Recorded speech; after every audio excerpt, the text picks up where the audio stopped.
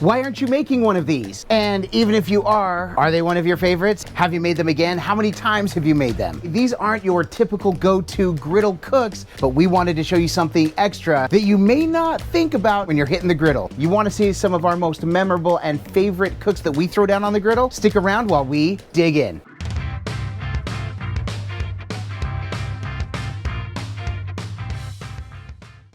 I'm not cooking tonight. It is starting to get what we call here in Central Florida frigid. Frigid to us is pushing down the 40s. It's gonna be in the 30s tonight. No snow, of course, because we've got the clear air. It's gonna be sunshine and beautiful, but it's gonna be cold. So be looking for that for the next several cooks from Brett and I. We're gonna be cold. Brett is actually on his way right now down from his place, but he couldn't get here in time. And I said, Brett, I'm gonna go ahead and shoot this one because guess what? We're showing some griddle favorites that are like different favorites. We've seen a lot of our favorite griddlers lately talk about some of their favorite go-to cooks or cooks that every griddler should know. And yes, we agree with all those. You've got your cheesesteaks, you've got your fried rices, and you may have even seen us throw down a smash burger or 200. There's a lot going on with smash burgers. We love them all. In fact, there were some I was considering for this list and then decided, you know what? Let's go a different direction. We want to share some of our most memorable that we really think that you should try. And first up, we're gonna get right to breakfast. We're talking about biscuits and gravy. Wait for it. Burrito.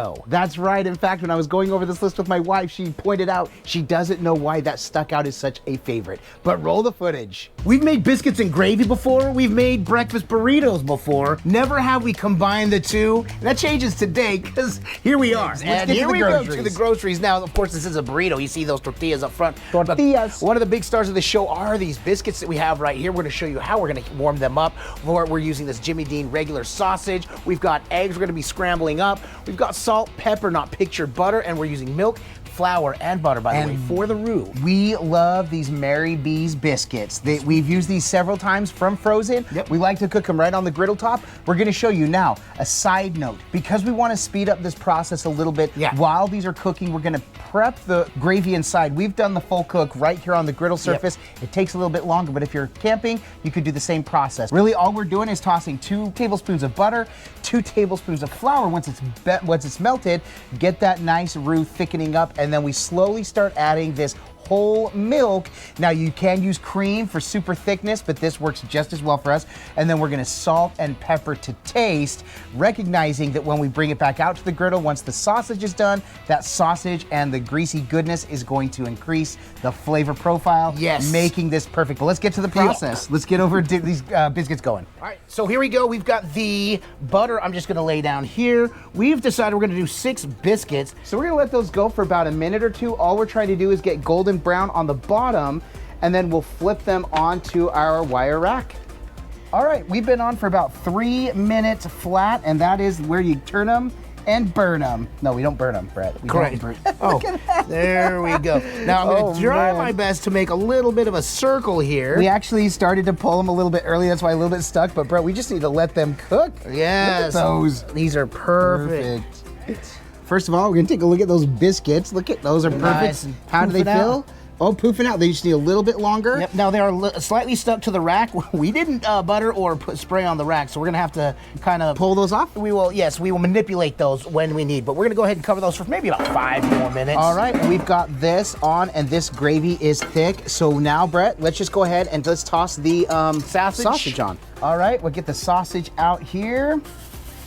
There we go. Timber! The best part is this is just gonna take us a minute or two to fry, about 3, who am I kidding? 3 or 4 minutes, cook all the way through, and then we're gonna add it to our gravy. We're gonna go ahead and add the sausage into the gravage. to the gravage.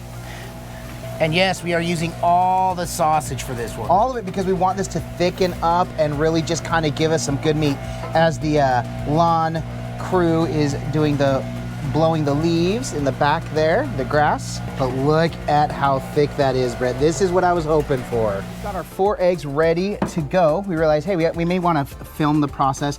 All we do is a real quick salt and pepper, our secret ingredients for our eggs. Shh. Oh, I wasn't supposed to say? Nope. And we stir. And we beat. We beat these eggs to oblivion. They never stood a chance. time to lay the eggs down, but first, Brett, you're gonna do some butter. Here, I'll hold the eggs for you. Thank you. So we've got this middle burner on right here, which is where we're gonna do the eggs. By the way, we only do this with a stick of butter when we know by the cooks we're using today, that whole stick of butter is gonna be used. Correct. So I'm gonna go slow because I know it's going towards the back, and this griddle is not on. We had just cooled it. There we go. All right, there we go. We just cooled it a little bit, but it's still a little bit hot. But look at those eggs. If we've said it once, we've said it once, man. Get you a ceramic top for eggs, if for nothing else. If for nothing else, exactly. I mean, look at this. It's almost stupid. So the best part is these eggs are done. The sausage, look at the color. Eggs are not quite done. Not quite Sorry done. to cut you off. But look at the sausage. Look at the color. That has absorbed, my white gravy has absorbed all of the sausage coloring. That's that greasiness that's going to give it that amazing gray color. I love it. Flavor. All right, Brett, let's get ready to build the burritos and then come back for the final phase. You got it. The second to final phase, we're going to build this. And Brett and I were just consulting the best way to do it. We're going to lay some cheese. That's what I do with my jokes every day. Then egg. Brett, you didn't accidentally leave the eggs on the griddle for too long, did you? No, not at all. What are we talking about? Shh. No one's going to know. They're going to know. How are they going to know? So I'm thinking a little bit of biscuits. Break this up. Break that biscuit all up in there. And when I eat biscuits and gravy, this is how I do it anyway. People will cut them open and just put them all the way over. Not me. I always like just breaking them up. And again, we wanted this really thick because if it was going to be too runny, it would just seep out of the whole burrito. Brett, it's kind of doing what I was hoping it would be doing. What are you doing? What? You missed a whole spot over here, young man. Hold on, you missed another spot right there. Dude, how am I going to close this? Oh, yeah, no, Oh, you have right to close? there. This is not an open-faced burrito, bro. Oh, my gosh. An open-faced burrito. Oh, man. No pressure. No pressure. No pressure. Oh, my stars. He did it, ladies and gentlemen. He did it. He's the world-class champion. Okay, so these burritos are done, but we want to grill them. Now, we're not going to press the burritos. We discussed that because we don't want any of the gravy to seep out. And we did all these extras, so anybody that wants extra biscuits and gravy can have it. We can make more of these burritos. Ooh. Bro. All right. And like I said, we are not going to press them, especially that one. That one is about to bust out, but we're just gonna grill these on both sides and then we'll pull them. All right, time to give these beasts a turn. This one now we know is it's dropping a little bit of dust on the outside. That's all right. That's why we dubbed that one Brett's. I'm okay with that. That means more for me. And that thing is all but falling apart in all of the right ways. Brett, let's go ahead and eat this up. How about that? Oh my.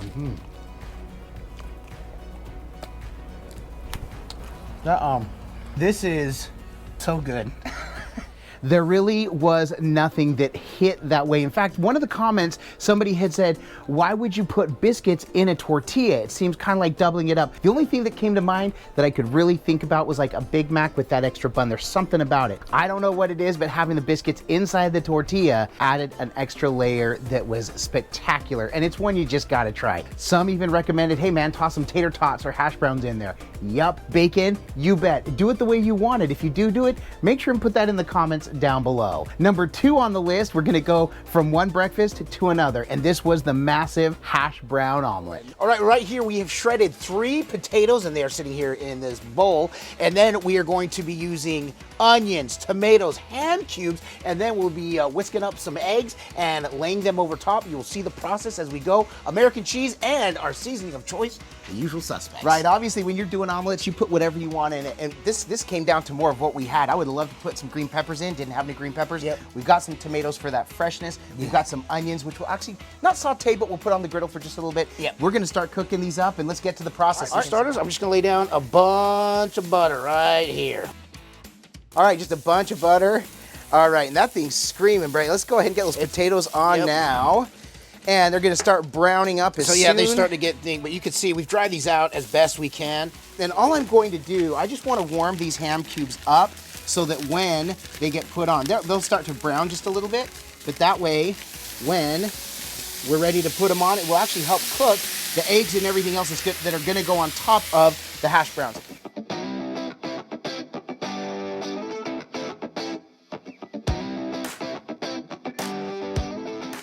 want to shout out to True North Cafe. Awesome channel. If you haven't checked him out, please do so. He's a really cool dude.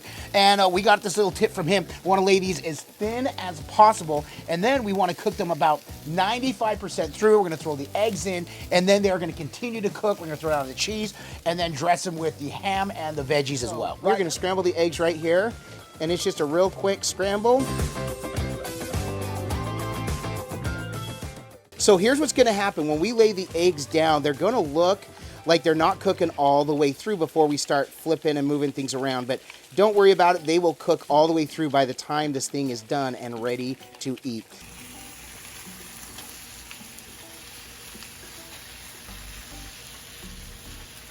Brett, looks like 6 eggs was perfect. Yep. And then per Adam's request, we're adding more cheese. We're going to connect the dots here because why not? You know, we got 2 packages of ham cubes. This was one. Yep. That was all this. Definitely, this was enough. Yep. I'm glad Brett mentioned that, man. We've done this before, and we've just thrown the onions, or as Brett did, literally just slayed them right on top of the meal, the food. But this is a little bit better. There we go. Next, we're doing tomatoes. That looks really good with the tomatoes, actually. All right, time to get the onions on. Say it, Case. All right, You're gonna get up under, fold that over. All right. Got that nice GBD right Brett, there. we should have just done the burrito. We should have just done the burrito. Do you want me to? Do you want to turn this omelet into a burrito? Are we turning this into an omelet triangle burrito? No, it's going to break up right there. Yeah, so we're going to break this right here. Go in. All right, and then we can cut it down the middle.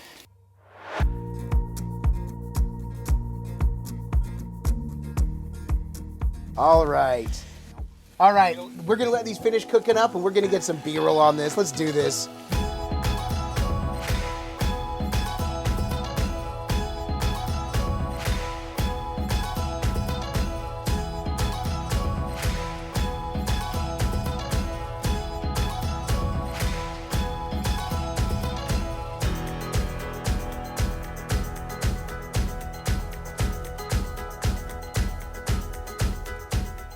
Cheers. I'll eat to that, my brother. Bro. We really weren't sure if we were going to be able to get that whole thing set up and knocked out that way, but it turned out beautifully and it fed the masses. That thing was huge. We were so excited to get to do that one. So another one, it takes the omelet to the next level. By the way, we'll probably do some omelets again here. I've been wanting to toss down a huge amount of omelets on this thing, and I can't wait to try that one. But omelets are always hit right. And this hash brown omelet took it to the next level. So we got to do that one. Let's switch gears just a little bit. And going into this next one, sometimes we forget about the sides and some of the ones that can be favorites and really good. Potato wedges were spectacular. Having the right seasoning, getting them done on the griddle, they really just almost couldn't be beat. They were spectacular. But Brett, get to the groceries that we've got for this one. Potatoes. And we are seasoning them with this awesome Joe's Kansas City French fry seasoning, which we got from our dear friend Wade Williams. Thank you, Wade. Sent it to us from Kansas City. We've had it for a little bit. We love this stuff. Love it on fries. And we have so many seasonings and spices. We even have our own that we use for fries all the time. And we thought, what do we want to do? Something a little different. And any chance that we get to shout out Wade, super great brother who has supported us so much and shown the love, and somebody who we go to for all of our barbecue questions. Yes. Wade Williams, thank you. We had to get a shout out to you for this one. And something simple. This is a simple potato wedge cook. Yeah. But we did it a little cheap. First, we want to show you the process, though, of how we cut these to prep those. So, Brett, you want to explain it or do you want me to? I will explain it because I did it. Right. Here we go. I got the luxury of filming it, so there's that. Hey, you did great, Adam. Thanks. You kept it in frame the Participation. whole time. There's my participation trophy. A star on your forehead. So what I did is I took these potatoes, and as you can see, I laid them down lengthwise and cut them in half, set them flat, cut them in half again, and then flipped them around and again cut each wedge in half to make them even thinner. At the end of the day, they look like Clausen and spear deals. And that is exactly what he says. These look like pickle spears, which they do. And then they are not out here right now, Adam. Why? No, we took them. We're doing a little cheat. Something I learned from Kevin over at Man Kitchen Recipes. We did a little cheat. We went and tossed these in the microwave to kind of parboil them, if you Start will. the cooking process. Right, so we didn't put them in water, we got them in the microwave just to kind of get them heated, to get them hot and start to soften. So that way they'll spend less time on the griddle surface, but we're pulling them from there so that way we won't be as long cooking them. But we're gonna cook them up, we're gonna season them up, we're gonna pull them up, and then we're gonna sauce them up, and then we're gonna eat them up. Right, so all I'm gonna do, I just pull these. No, I just pull, listen to those. That griddle has been on for quite some time. Yeah, the griddle's been on for about 10 minutes, and we've got each Did you say burner ice on skating? low. So, Did you say ice yeah, skating? they're not ice skating. This thing is so slick. So what we wanted to do is let this start cooking a little bit, and then once they've started cooking, then we'll go ahead and flip them and then start seasoning them. Yeah, we don't want to them right towards the end. Right, we don't want to season them too early and just let the seasoning burn on here.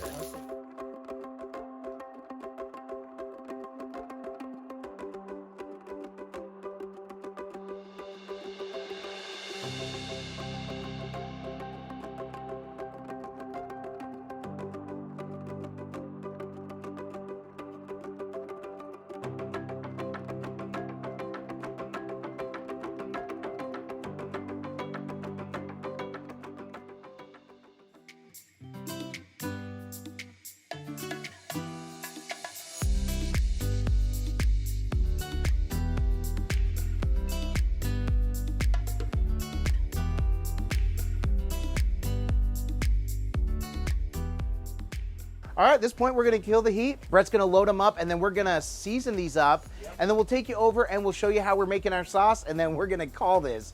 Man, listen, this is a perfect side dish, but there's so many of these, this might be dinner tonight, bro.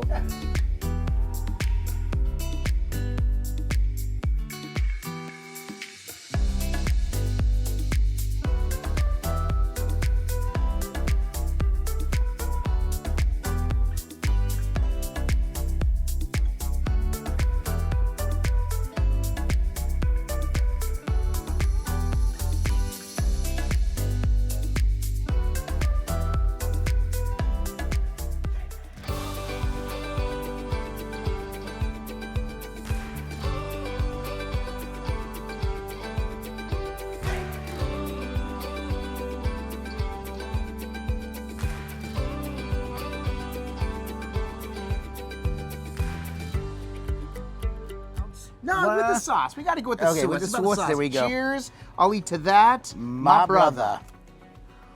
Oh, so soft. Okay. Shut up, bro. Come on, I got the perfect wedge. Yeah, that's I'm what double it is. dipping because this is my cup. Is the perfect wedge. Those are so soft all the way through. Mm-hmm.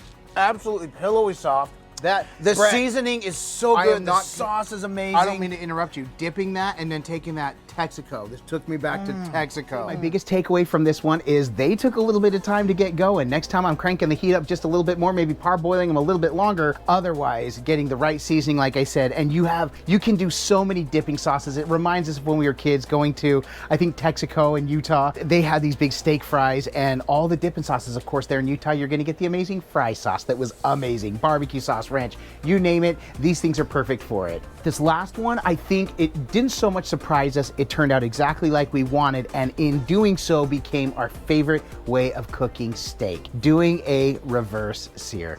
We've got these two beautiful ribeyes. They got the nice marbling in there. These are about inch and a half thick, so they will cook fairly quickly. And the Kerrygold butter and well salt and pepper. You already said that. Yes, and they already salt and peppered, and they are at room temperature, so these are ready to go on the griddle right now. And then, so right now the griddle, by the way, is set to low. All of them are low, but it was on for about 10 minutes. So this griddle, the Sierra, gets really hot. it's gonna have a nice light sizzle there. And by the way, I sprinkle salt and pepper liberally on these steaks. So, and then we let them sit for a good 10-15 minutes to really draw out the moisture.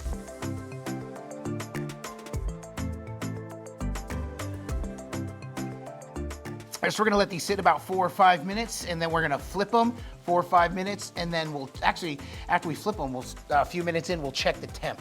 All right, we're getting that ready to start cooking the other side. There you go. Put a little butter down there. Yeah. And look, it's even creating almost a little sear itself, Yep, even though we've got this on low. This griddle is cooking nice and toasty, dude. Yes, it is, my dude. There we go. Look at that steak, how it just bends. Bends to your will.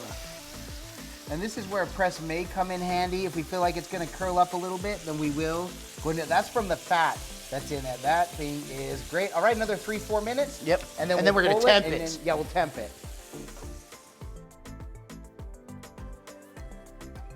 All right, it's been exactly 4 minutes, as Brett says, since we flipped it. We're gonna temp that, and right now we're right at, don't know if you can read that, 120. 122. All right, this is about. That is right about where we want to be. 120. We said 119, but we want to bring it up to temp. Dude, that is perfect. All right, we're gonna go ahead and pull these and let these rest.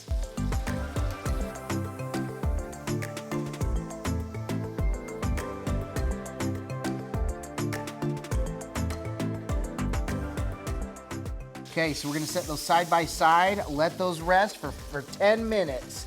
I don't think I got 10 minutes in me, bro. Neither do I. We'll see how long our willpower is.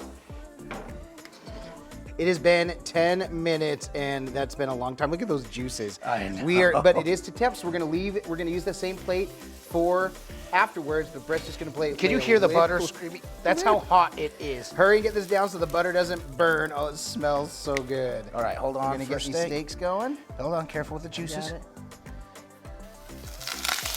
Listen to that. And listen to that. All right, now we're gonna going go 1 minute per side.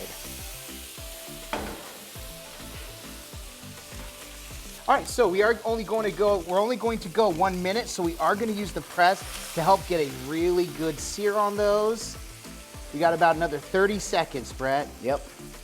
All right, it's been just about 1 minute. We're going to take that off. And Brett's just going to flip it over here. So we're going to lay a little bit more butter.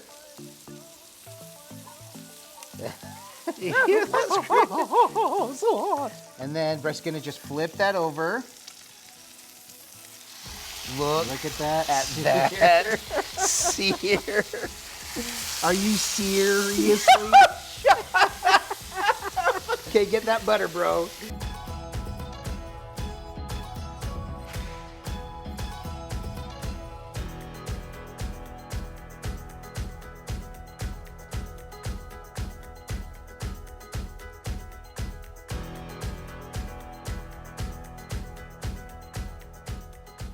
All right, we're just gonna finish this minute up. Brett, we're gonna pull it and let it rest just a few more minutes, and then we're gonna eat. So like we said before, it was already cooked to temperature, so we're gonna be using the same plate because we want those juices and even more juices as we just let this rest a little bit more, and then we are gonna cut it. Cheers, I'll eat to that, my brother.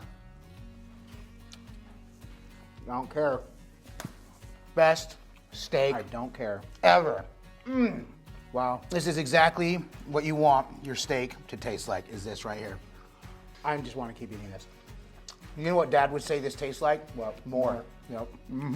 So I will say, when it comes to steaks, one of my favorite things about doing the steak this way on the griddle is how many people have reached out, including haters who said there's no way, it belongs on an open flame, it only goes on the grill. I've had people come back and say, I decided to try it your way before I dug in deeper, and I've got to say, you're right. It is such a good steak. With it comes a lot of what you get. You get to save a lot of those juices, and you get to add buttery goodness. We typically use salt and pepper. Sometimes we'll use a good rub, but that's all it needs for some of the best steak we've ever had, and we can get it exactly how we want. We've got some steak experiments coming up that we can't wait to share with you. That's it. We've got 4 amazing cooks, hopefully things that if you hadn't considered, you will now. I mean, I thought of everything from our pub burgers with the cheese sauces, some of our other side dishes, some desserts, but I felt like these ones needed more consideration. And I was thinking about fried rices. We did a Hawaiian fried rice that you gotta try. I'll put a card to that also. Make sure you check that video out. We've done hundreds of cooks on this channel. We've loved to share every single one of them with you. We hope this gave you more ideas of something that you can do on the griddle. If this helped you in any way, make sure and give this video a thumbs up. We really do appreciate it. It's one way in which you can support us in what we do. Another way you can support us is through the purchase of one of our 2 cookbooks. The first cookbook, the Epic Outdoor Griddle Cookbook, is already available. It released last December, available on Amazon or anywhere books are sold. We'll have a link to that down below. And just recently, we announced our new book, Smashed, which is 60 of our favorite smash burgers